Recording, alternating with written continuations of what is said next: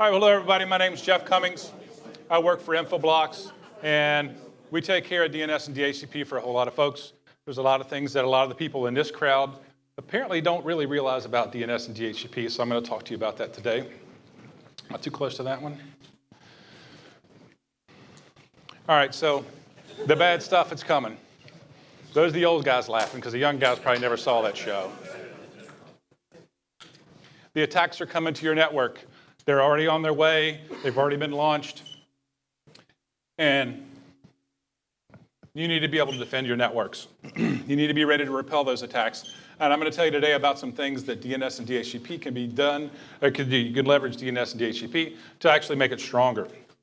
And that's what I want to talk to you today about, how to do that. So first of all, we got to go back and we got to define, level set, what is DHCP? Well, in a sense, at its core, it's basically providing an IP address when you join a network. Now, I'm sure most of the guys in here probably know that's not the only way to get on the network, but it's one of the more common ways, especially with the Internet of Things. There's a lot of things that you don't really control. They're just going to pop up and they're going to be on your network. This is how they get an address. So what happens is there's four basic pieces. There's the discovery, where the device says, hey, I'm a device.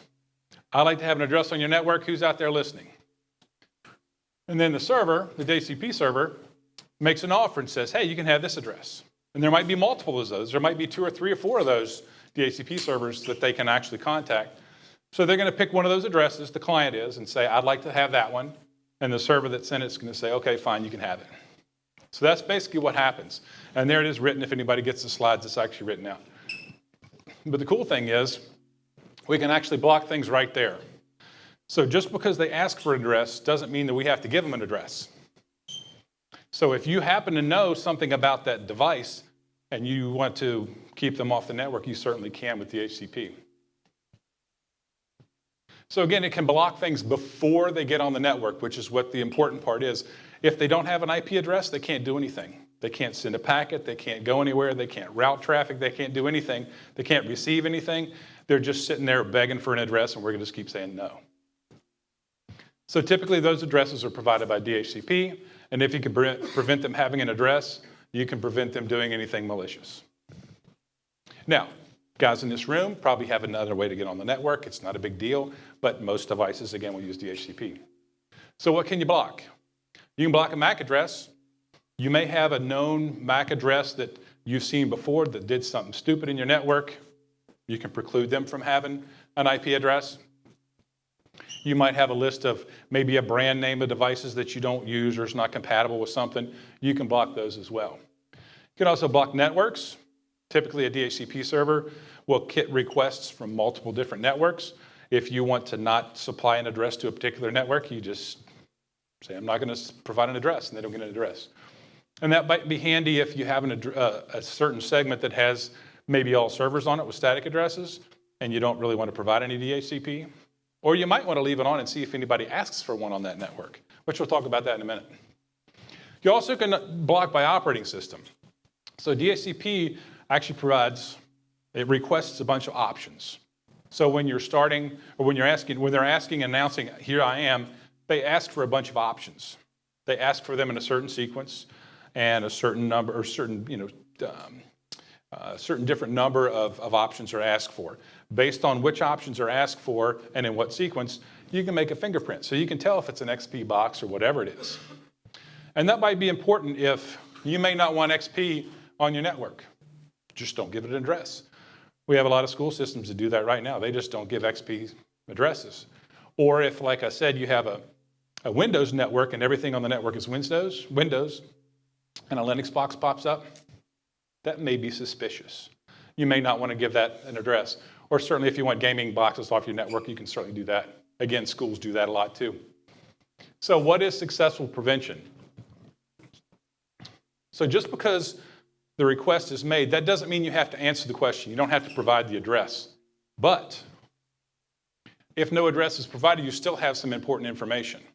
Because in DHCP, they actually tell you, I am me and I'd like to have an address on your network.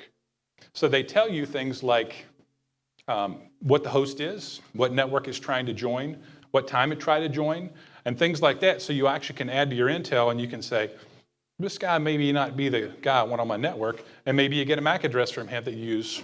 Like I said before, you can block the MAC address. So you can also communicate this to other systems.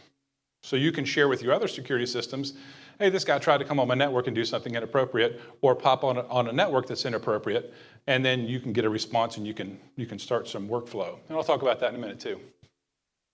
So the bottom line is, if you can prevent a host from joining a network, you pretty much shut down what they can do to your network. And we can do that on the first packet that comes out of a box. When they join the network, the first packet that comes out is typically DHCP request. If you block it there, they don't do anything. So the other part of this is DNS, the domain name system. And so I refer to that as a contact list for networks. So basically it works just like your phone. You all have phones, you all have smartphones, you have hundreds of numbers in them. You probably don't remember most of the numbers because humans don't do good with numbers, they do good with names. So the problem is you need to figure out which number you need to call for somebody. Well, you're going to look up the name. You're going to look up Bob or Bill or whoever you want to call. You're going to click that number and it's going to dial. You're going to click that name and the number is going to be dialed. Well, it's the same exact same thing with DNS. You're going to ask for, I want to go to this domain. You have no idea what IP address it is, and DNS is going to resolve it for you and say, here's the IP address. Then you can go to that IP address. But if you don't get that IP address, guess what? You don't get to go anywhere. So we can stop the malicious traffic before it goes anywhere, because the first thing it's going to do is it's going to say, I'd like to know where to go. And so here's how that process works. So you would ask, I want to go to google.com, for instance. DNS would respond and say, oh, it's this IP address, and then you can start your traffic. So if the DNS doesn't resolve that fully qualified domain name, guess what? You don't go anywhere. So again, first packet for a transaction is, I'd like to know where to go. And if you don't tell them where to go, nothing happens. So that's how you can stop things before, and you stop it right there. So also, DNS and DHCP to some degree, they have a front row view of pretty much everything that happens on your network. They know where all the packets are coming from, where all the packets are going, or where all the requests are going, I should say, not necessarily all the packets.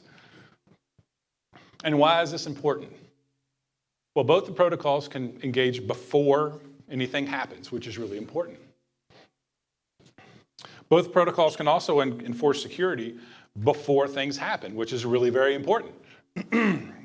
And since it happens on the first packet, it's faster enforcement, and you don't have to have all these other systems involved in your traffic.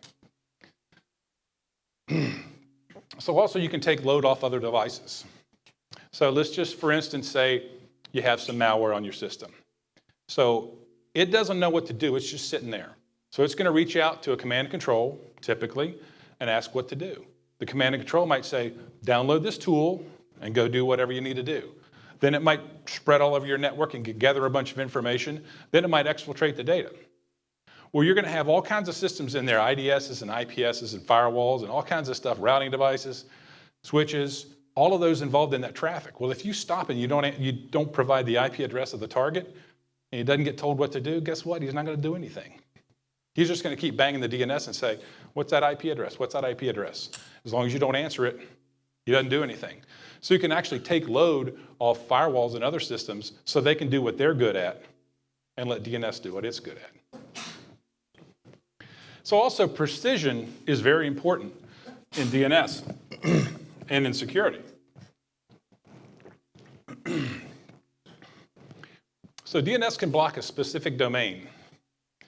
And the problem is a lot of times multiple domains are on the same system that has the same IP address. So if you use the firewall tool to block the IP address, you may actually block a lot of good domains that people need to get to. We actually have an example of an educational system. Somebody got some malware on the server that was serving up the testing for one of the classes.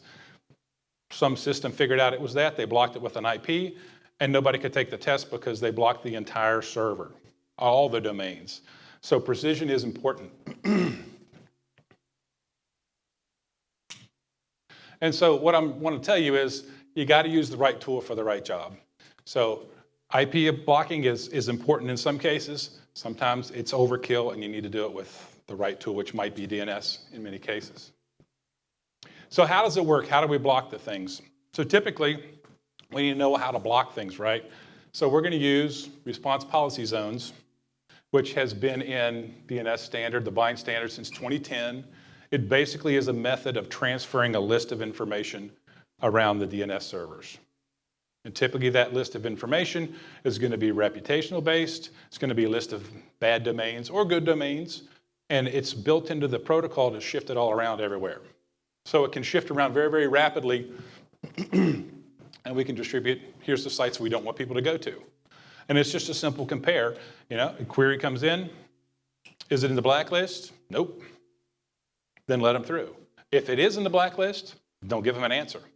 So you can have a very fast, quick blocking mechanism for people going to bad places if you have a good list of zones. And typically, like I said, these are reputationally based. Pretty much from threat intel, we'll see, every time somebody goes to this address, something bad happens. We have data from other devices that says this is a bad domain. So basically, it's a bad reputation. And threat intel, so you can only block as good as your intel. If your intel is terrible and you're blocking things that are good sites, you're not really doing anybody any favors at all. So it's the key to successful security. You have to have threat intel, not just for DNS, but for all kinds of stuff, firewalls and IDS and IPS and everything you're using now, you have to have some threat intel because it's changing rapidly. You don't have cycles in your day to know everything that's going on, track it all, and figure out whether it's good or bad. You need to have a team and just accept that feed and let them do their thing. And typically that's a team of people. They get feeds from everywhere. They get, commercial and educational and the government and black and white and gray hat hackers and whatever, any source they can get, they get it together and they format it into a certain feed and they can distribute that around. And typically that data is the sites that are our problem, and then we can block those sites. And again, you can do it before there's actually a problem. And that also, saves the load on all your other security devices, and it stops it immediately, and you get a report of what they're trying to do before they do it. So here's basically how that happens. So we have some malware, and it somehow gets on a machine, and that machine has got to reach out to a command and control to figure out what it needs to do. So what typically happens, they go to the DNS server, the DNS server tries to resolve that request, and it figures out where that host is, and it sends the packet there. Well, you don't really want to send it to the bad guy, right?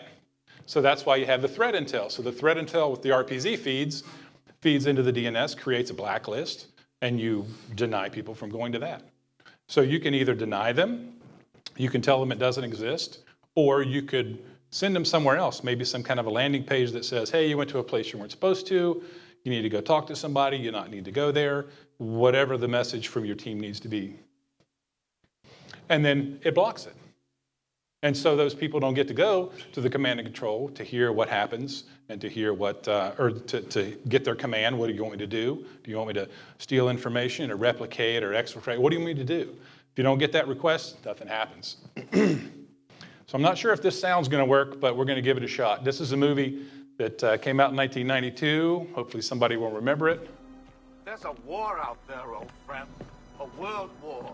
And it's not about who's got the most bullets. It's about who controls the information. What we see and hear, how we work, what we think. It's all about the information. So it is. It's all about the information. And that's why we're here today as security professionals, because we know it's all about the information. It's either protecting the information, sharing the information, whatever it is. It's all about the information and the ones and zeros. They're really important. So what kind of information does DNS and DHCP have that you can leverage? Well, we've got a MAC address. That's important, right? We've got an IP address. We have the type of device. Is it a Windows box, a Linux box? Is it an Xbox? Is it a cell phone? What is it? We have that information too. We have the time the host joined the network.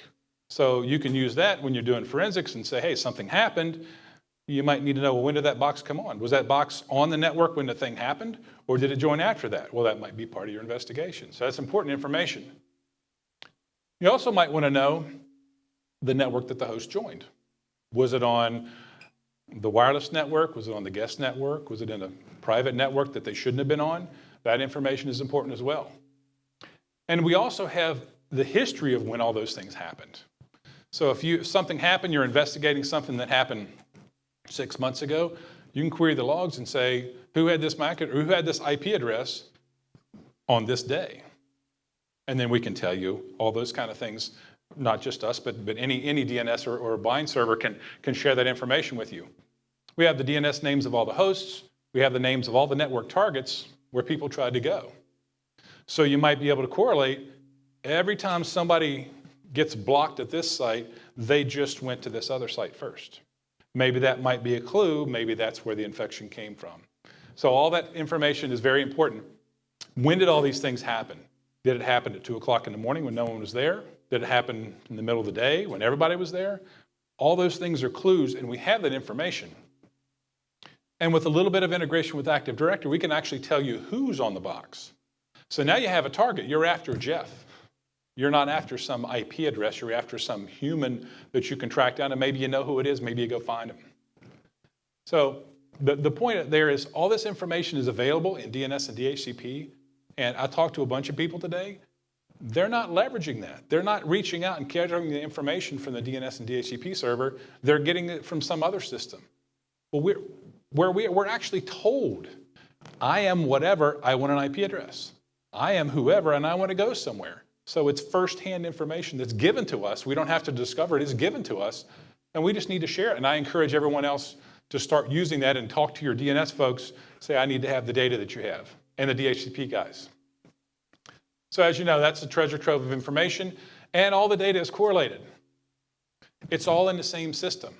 Can be all in the same system. If it is, you don't have to correlate it. You don't have to figure out, this clock was 3 minutes off, or this was 5 minutes early, or this was, the wrong time zone or something. You don't have to do that. It's all in the same system. So you save time when you're resolving some kind of an incident, because you don't have to take that step of correlation. And most of it is available via API calls. So if you want to gather information, you can do some automation, and I'm sure there's a lot of people in here that can write the API calls here.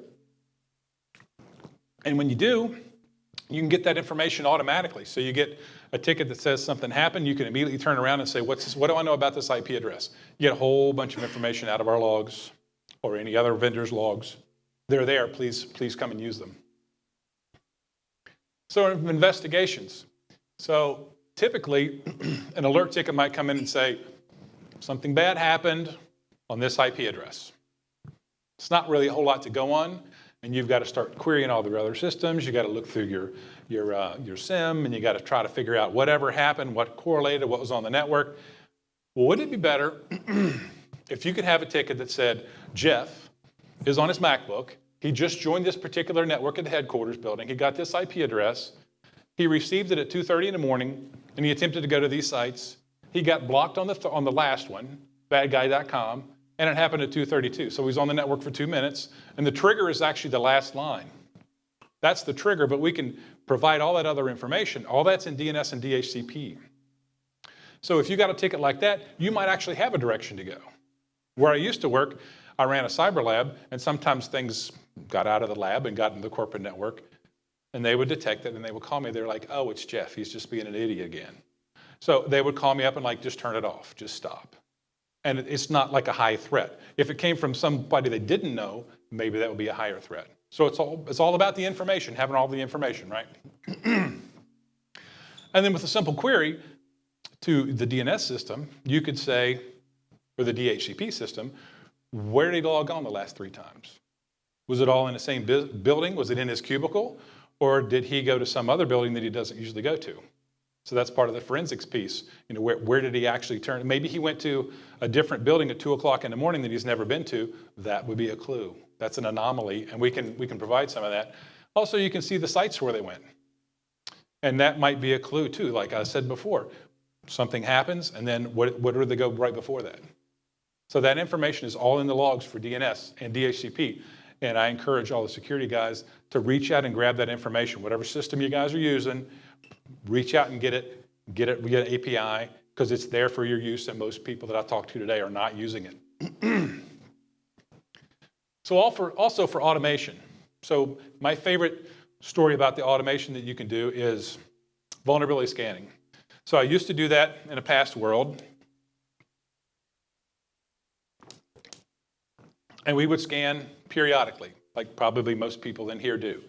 Unless you have an agent on the box, which you're not going to with all the IoT devices, you're going to scan maybe every 12 hours or 2 days or 1 week or whatever it is, depending on the network.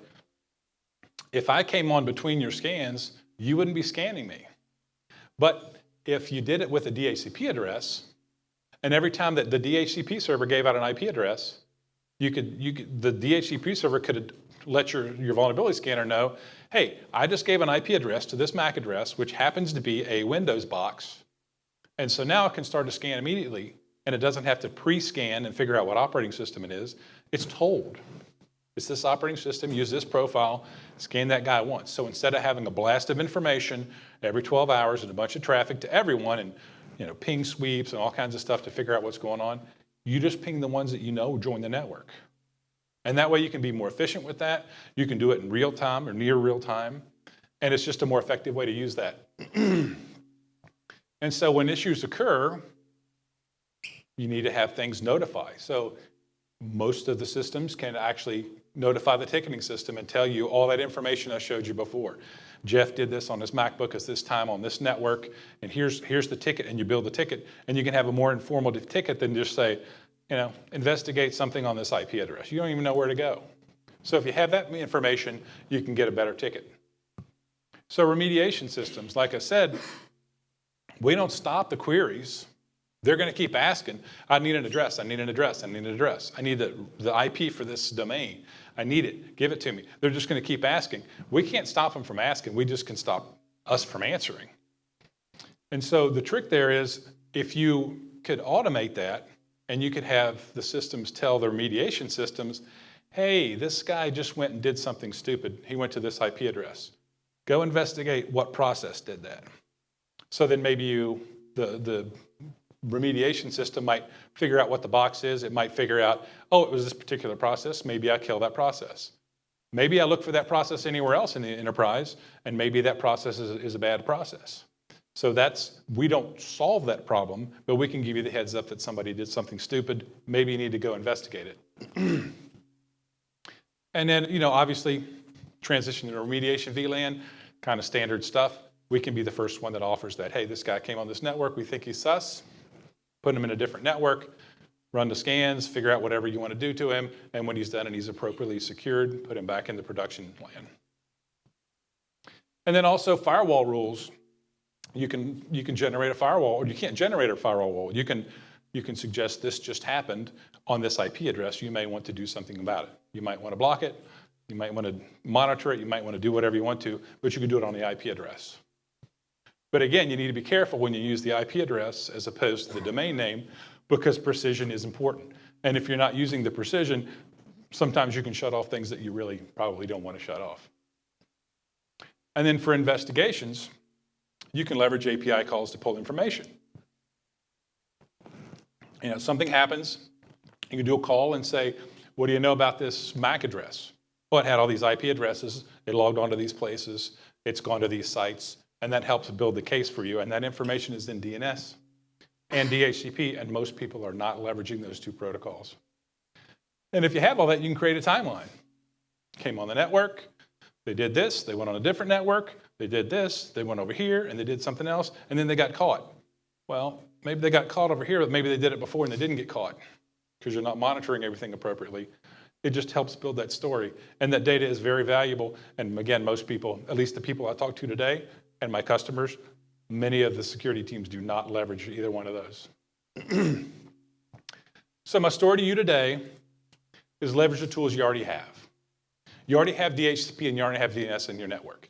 It might be from us, it might be from somewhere else, but that data is in those systems. That data can save your day, that data can make you go home earlier, and it can save load off the other things that you have to manage too. So leverage that information. Both protocols support requests from the host before the attack. So if you actually enable these tools and these protection mechanisms, you can actually stop the problem before it happens. And then you're the hero. Instead of saying, we got this problem, we got to stay late, we got to look at all these logs and figure out what happened, it just never happens. And that's a beautiful thing. And then you can leverage DNS and DHCP to help you do that.